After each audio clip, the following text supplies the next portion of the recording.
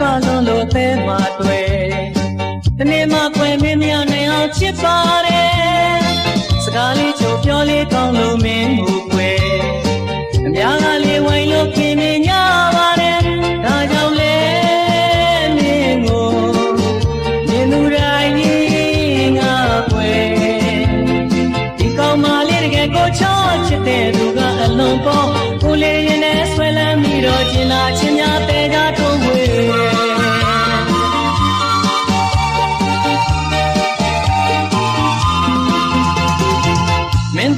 လမ်းလေးတိုင်းမှာစောင့်နေတယ်ပြောပြမယ်ချစ်တဲ့ခင်နဲ့ကြောင်းကိုခွဲညညမှချင်းကလေးကြီးကတေးဆိုမယ်